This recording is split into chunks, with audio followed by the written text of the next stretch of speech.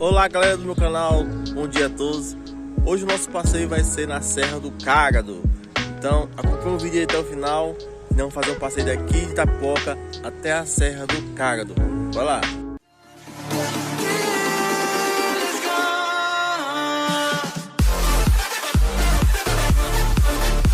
Opa galerinha do meu canal, tudo beleza com vocês? Hoje nós estamos aqui fazendo mais um vídeo e nós vamos até a Serra do Cágado. Então, se você não conhece a Serra do Cágado, acompanha aí o vídeo até o final. Se você não é inscrito, se inscreva no canal e bora lá para mais um vídeo.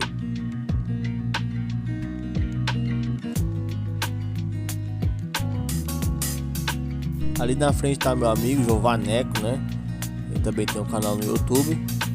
Tá ele e sua esposa ali, né? Nós estamos indo a encontro de mais algumas pessoas que também estão nos aguardando, né, para nós continuar subindo a trilha. Nós vamos de moto até uma altura, né, até um certo lugar.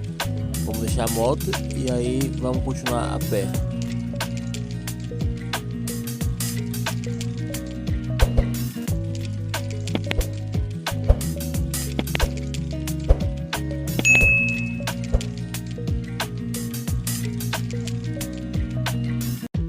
Galera, essa aqui é a minha primeira vez que eu faço uma trilha na minha vida, cara. Eu nunca tinha feito um negócio desse. Eu creio que eu vou gostar bastante.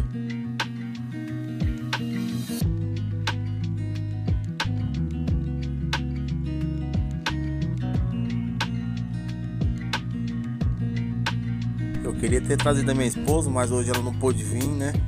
Por conta do trabalho dela. Mas se Deus quiser, na próxima vez, né?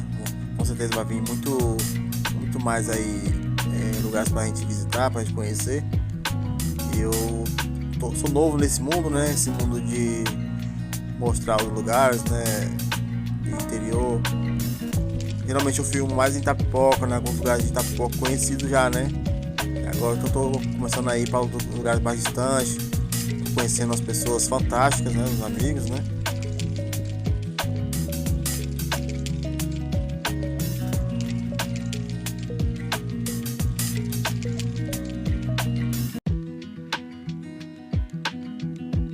Então pessoal, nesse vídeo aqui vai ser como vai ser um vídeo longo, eu não vou falar tanto não, tá bom? Vou deixar vocês aí curtirem aí as imagens, né? E ver aí o trajeto aí até o nosso destino, tá bom? Bora lá! E a galera aí que quer fazer aniversário, que quer alugar cama elástica, é só falar comigo, viu? É só me chamar que eu vou. E além de cama elástica tem pipoca, tem algodão doce e também tem o famoso churros. É o @churros do Moreno.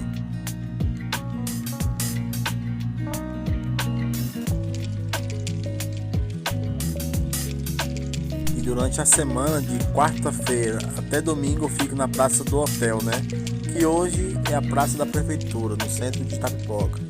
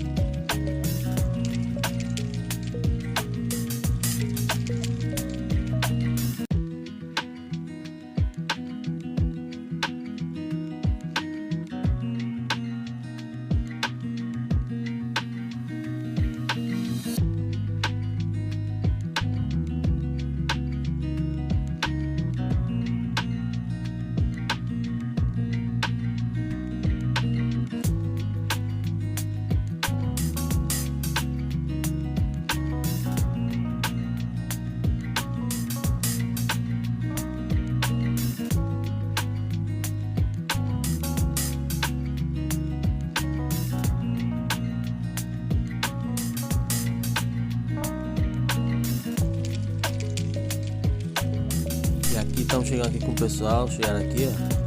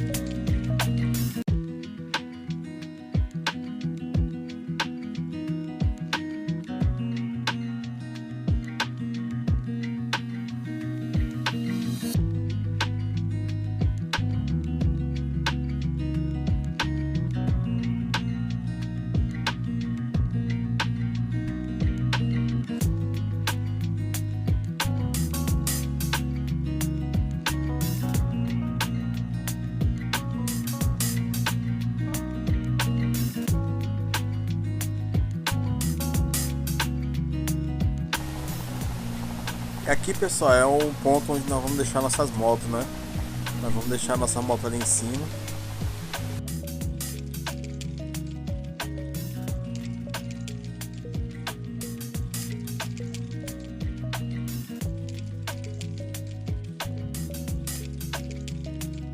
Então, pessoal, aqui nós chegamos aqui já no começo da serra, né? Onde nós vamos começar a subir a pé.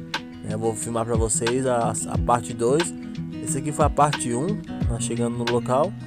E agora eu vou fazer a parte 2. E para você assistir a parte 2 é só clicar nesse vídeo que tá aparecendo aí agora na sua tela, tá bom? Você vai ver todo o nosso sofrimento que aconteceu, todas as risadas que nós demos. Então bora lá o vídeo, clica aí.